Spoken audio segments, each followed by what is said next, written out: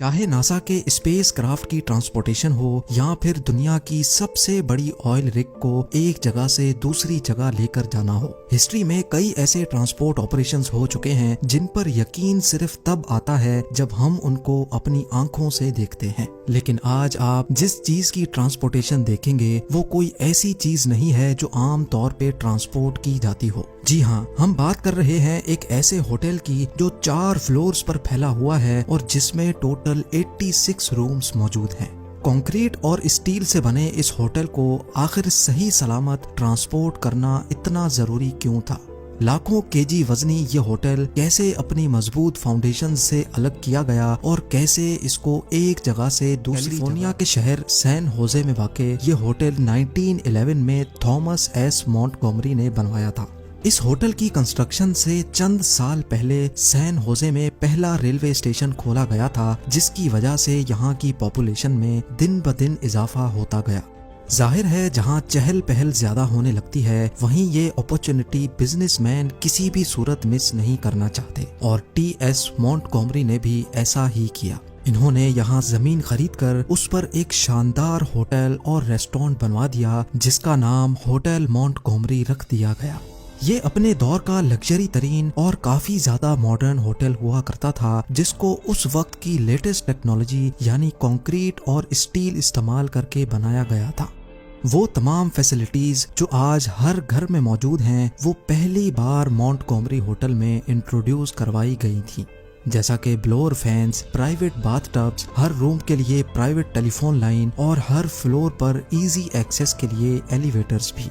ना सिर्फ इतना बल्कि मॉन्टगोमरी की मैनेजमेंट ने एक बस सर्विस भी स्टार्ट की जो रेलवे स्टेशन और होटल के दरमियान कस्टमर्स को फ्री सर्विस दिया करती थी। मान लें कि ये उस दौर का 5 स्टार होटल हुआ करता था और यही वजह थी कि ये काफी ज्यादा फेमस हो चुका था, इतना फेमस कि ये सैन होजे सिटी की पहचान बन चुका था। वक्त गुजरता गया और ये होटल दिन ब दिन मजीद सक्सेसफुल होता गया। अगले 50 साल यानी 1920s से लेकर 1960s तक का पूरा पीरियड इस होटल का गोल्डन पीरियड माना जाता है। लेकिन उसके बाद शुरुआत हुई मॉन्टगोमरी के बुरे दिनों की। जी हाँ, 1960s के बाद बढ़ती हुई पॉपुलेशन की वजह से सैन होजे में धड़ाधड़ नए होटल्स बनना शुरू हो गए और उन नए होटल्स के सामने मॉन्टगोमरी की कंस्ट्रक्शन काफी ओल्ड स्टाइल लगती थी। होटल्स और रेस्टोरेंट्स का ये कंपटीशन इतना ज्यादा हो चुका था कि इसमें मॉन्टगोमरी का सरवाइव करना काफी मुश्किल हो चुका था, क्योंकि कस्टमर्स इस पुराने होटल की जगह अब नए होटल्स को ज्यादा प्रेफर करते थे। यही वो वक्त था जब मॉन्टगोमरी की मैनेजमेंट ने आखिरकार होटल बंद करने का फैसला कर लिया। कंपटीशन की ये रेस अब इतनी बढ़ चुकी थी कि 1980s और 1990s के बाद सैन होजे डाउनटाउन में नए होटल्स बनने की कोई जगह ही नहीं बची थी। लेकिन दूसरी तरफ विजिटर्स की डिमांड थी जो किसी भी सूरत कम नहीं हो रही थी। 1990s में जहां मॉन्टगोमरी होटल किसी वीरान हवेली का मंजर पेश करता था, वहीं इसके बराबर में दूसरे 5 स्टार मॉडर्न होटल्स कस्टमर्स की चहल पहल से गूंज रहे होते थे। मॉन्टगोमरी के बराबर में होटल फेयरमाउंट मौजूद था जिसमें 535 रूम्स मौजूद थे। इतने ज्यादा रूम्स होने के बावजूद भी ये होटल हर वक्त ओवर बुक्ड रहता था और यही वजह थी कि इनको अपना होटल एक्सपेंड करने की बेहद जरूरत थी। लेकिन इनका बैड लक ये था कि इनको अपना होटल एक्सपेंड करने के लिए जगह चाहिए थी और ये जगह ही इनके पास नहीं थी। इनके पास सिर्फ एक ही ऑप्शन था कि वो मॉन्टगोमरी की खाली बिल्डिंग खरीद लें और फिर उसको डिमोलिश करके यहाँ फेयरमाउंट होटल का दूसरा पोर्शन बनाएं। फेयरमाउंट के इस प्लान से इनके होटल में मजीद 400 रूम्स की एडिशन होने जा रही थी। लिहाजा 1998 में उन्होंने मॉन्टगोमरी होटल की बिल्डिंग खरीद ली और उसको डिमोलिश करने की तैयारियां शुरू कर दी। लेकिन जैसे ही ये खबर लीक हुई तो शहर के कई लोगों ने मॉन्टगोमरी की डिमोलिशन के खिलाफ एतराज किया। लोगों का मानना था कि मॉन्टगोमरी भले ही पुराना हो चुका है लेकिन ये सैन होजे सिटी की पहचान है और जो लोग अपने पास्ट को तबाह कर देते हैं उनका फ्यूचर भला कैसे अच्छा हो सकता है। इसी दौरान शहर में मेयर के इलेक्शन होने वाले थे और ये एक बहुत अच्छा मौका था लोगों में फेमस होने का। रॉन गोंजालेस जो मेयर के इलेक्शन के लिए खड़े थे, उन्होंने अपनी इलेक्शन कैंपेन में सैन होजे की कम्युनिटी के साथ एक वादा किया कि अगर वो मेयर बने तो वो किसी भी सूरत मॉन्टगोमरी होटल को डिमोलिश नहीं होने देंगे। रॉन गोंजालेस इलेक्शन जीतकर सैन होजे के मेयर तो बन गए, लेकिन अब उनकी बारी थी अपना वादा पूरा करने की। एक तरफ फेयरमाउंट होटल की एक्सपेंशन का सवाल था तो दूसरी तरफ शहर की कदीम बिल्डिंग को बचाना भी बहुत इम्पोर्टेंट था। मेयर ने इस बारे में कई एक्सपर्ट्स से सलाह मशवरे किए, लेकिन कोई खास सॉल्यूशन नहीं मिल रहा था। लेकिन फिर आर्किटेक्ट्स की एक टीम ने मशवरा दिया कि क्यों ना होटल मॉन्टगोमरी को यहाँ से सही सलामत हटा दिया जाए। पहले तो ये आइडिया किसी जोक से कम नहीं लग रहा था, क्योंकि किसी बिल्डिंग को एक जगह से दूसरी जगह मूव करना किसी के वहमो गुमान में भी नहीं था। लेकिन मेयर को ये आइडिया क्लिक कर गया और उन्होंने इस काम को अंजाम देने के लिए $12.5 मिलियन यानी तकरीबन 93 करोड़ रुपए का बजट अप्रूव करवाया और साथ ही एक्सपर्ट्स की एक टीम भी बनाई। जब एस्टीमेट लगाया गया तो मालूम पड़ा कि इस बिल्डिंग का वजन कम से कम भी 4,500 टन से भी ज्यादा है, यानी ये वजन 25 बोइंग 747 एयरक्राफ्ट्स या फिर 750 अफ्रीकन एलिफेंट्स के वजन के बराबर बनता है।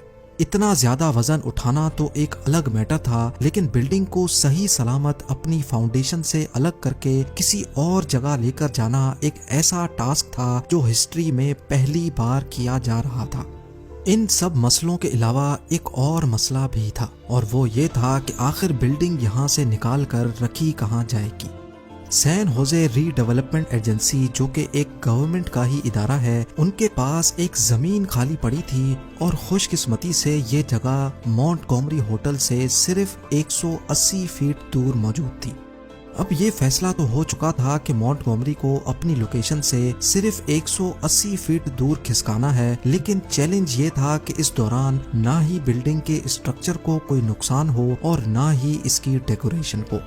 साल 2000 में इस इम्पॉसिबल टास्क पर आखिरकार काम स्टार्ट कर दिया गया। सबसे पहले बिल्डिंग पे डेकोरेशन के लिए लगाई गई फैंसी फॉल सीलिंग को बड़ी महारत और एहतियात से निकालकर प्रिजर्व किया गया।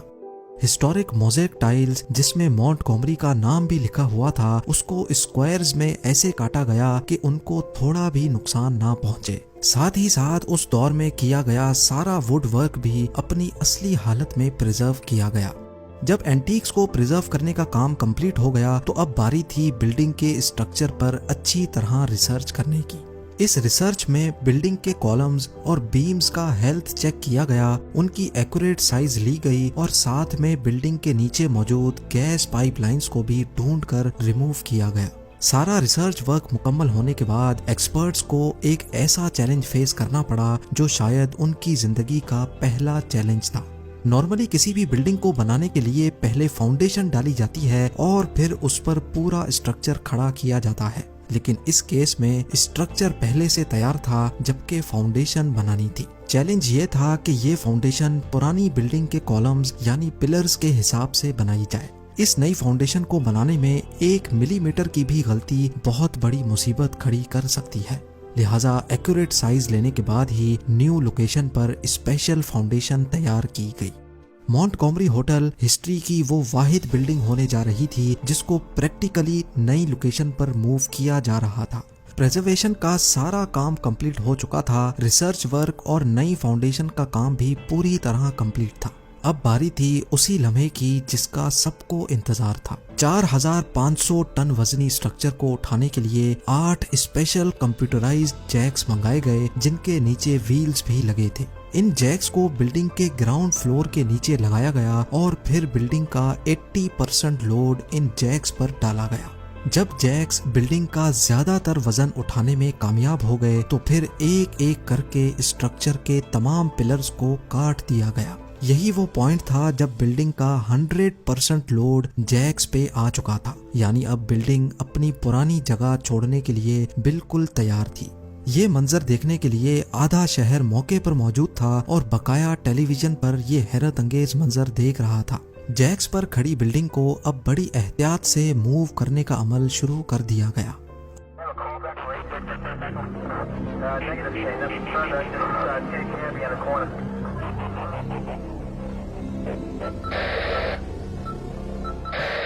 पूरे 15 मिनटों के बाद बिल्डिंग अपनी नई लोकेशन पे हिफाजत के साथ पहुंच चुकी थी। ये खबर मिलते ही पूरा डाउनटाउन तालियों और होटिंग से गूंज उठा।